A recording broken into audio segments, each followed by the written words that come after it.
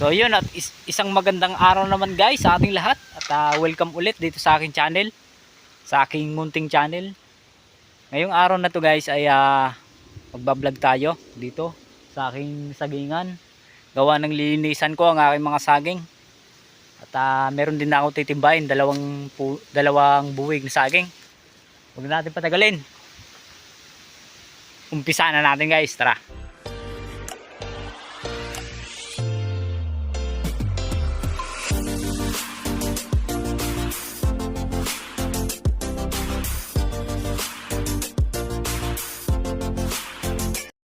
So bali ngayon guys ay ituturo ko muna sa inyo kung alin nga ba ang ating lilinisan dito sa ating mga saging. Katulad nito guys, ito ang mga tatanggalin natin, itong mga tuyong dahon, kasi para gumanda yung ating mga saging. Ayan guys, sobrang daming tuyong dahon, tatanggalin natin yan guys. So yan, tsaka itutumban na rin natin yung mga katulad na ito guys.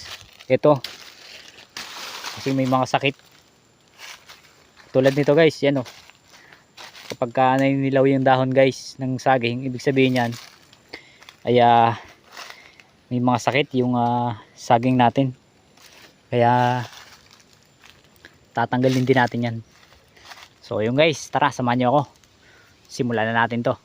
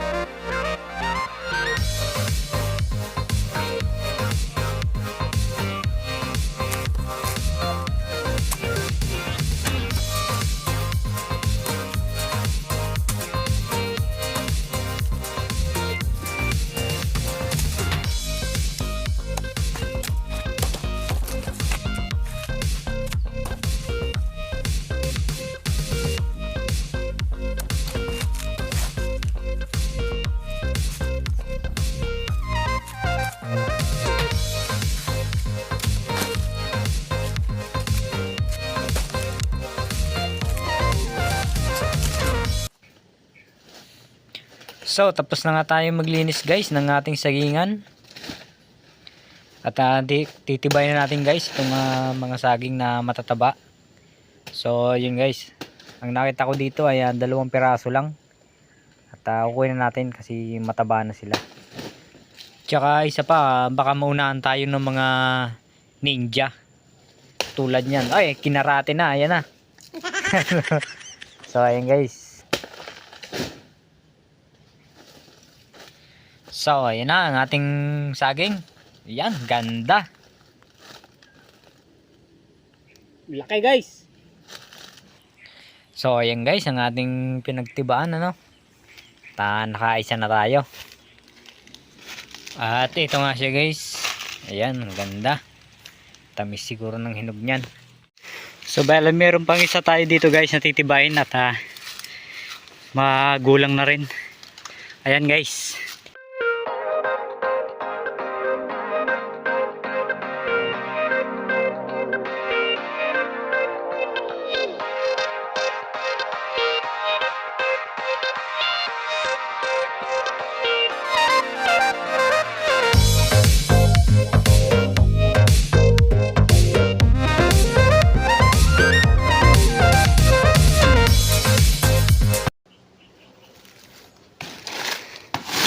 lang guys kasi maraming langgam.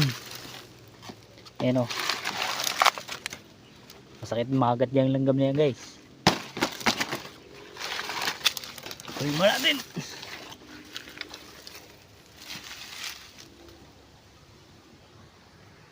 So bali yung mga dahon guys nakadagan sa pinya. Kailangan natin itong alisin kasi para baka masira yung pinya.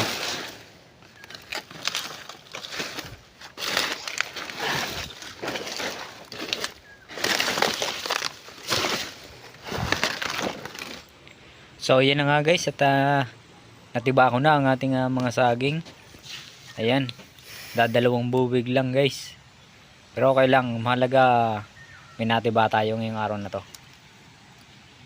Bale, meron pa sana akong titibain dito, kaso hindi pa siya pwede guys. Payat pa siya, hindi pa siya pwedeng tibain, kaya hindi ko muna kinuha. Bale, meron sana tayong 3 peraso, sayang hindi sila nagsabay-sabay maggulang. Sa totoo lang guys, bali mahina ang kita natin ngayon sa saging. Bali sana dito lang tayo babawi sa ating mga pinya. Kaya ko lang naman yan guys nilagyan ng mga saging sa pinya kasi para alam nyo na, para habang nag-aantay tayo ng pagsapit ng pinya, kaya meron na tayong natitiba na saging. Kasi mas mabilis kumita sa saging guys kasi sa pinya kasi sa pinya inaabot siya ng taon talaga. Saging ano lang, buwan lang guys.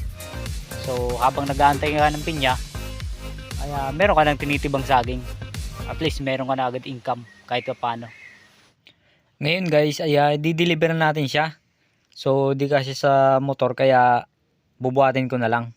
Tara. Kaya nga pala guys, medyo malayo-layo ang aking pagdadalhan.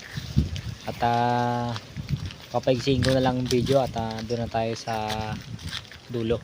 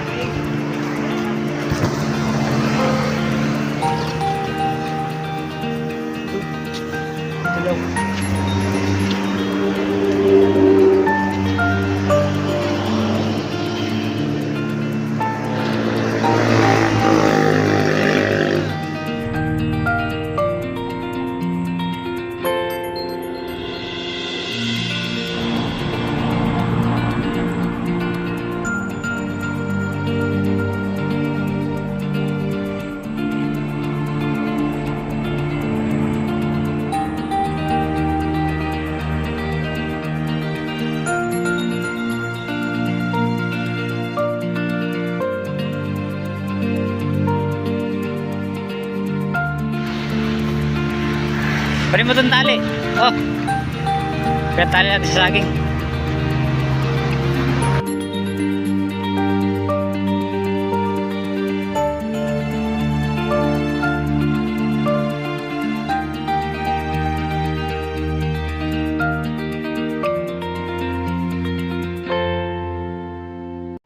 So yun guys, kung nagustuhan nyo ang aming video ngayong araw na to ay pa-like naman, subscribe, tsaka papindot ang notification bell para updated kayo lagi sa mga bagong videos namin. So yun guys.